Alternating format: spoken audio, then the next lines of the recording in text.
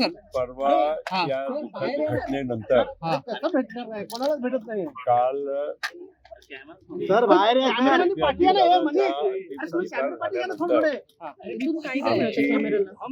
माननीय मुख्यमंत्री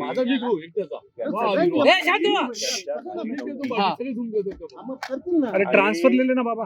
स्वाभाविक आहे की एक राजकीय दृष्टीनं आम्ही महायुतीचे घटक पक्ष म्हणून आणि आमच्या राष्ट्रवादी काँग्रेस पक्षाचे नेते अध्यक्ष आणि विधिमंडळाचे आमचे नेते उपमुख्यमंत्री ही जागा माननीय अजितदादाकडे होती. त्या जागेच्या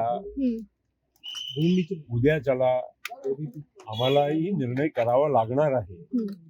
म्हणून त्यांना आम्ही फक्त एवढंच सांगितलं की येत्या काही दिवसामध्ये लवकरात लवकर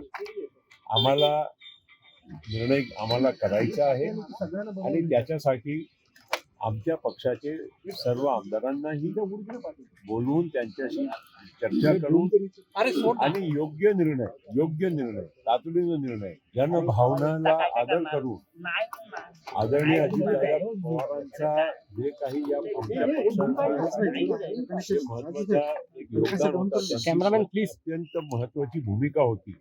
सगळ्या बाबतीचा विचार करून आम्हाला लवकरात लवकर निर्णय करायचा आहे.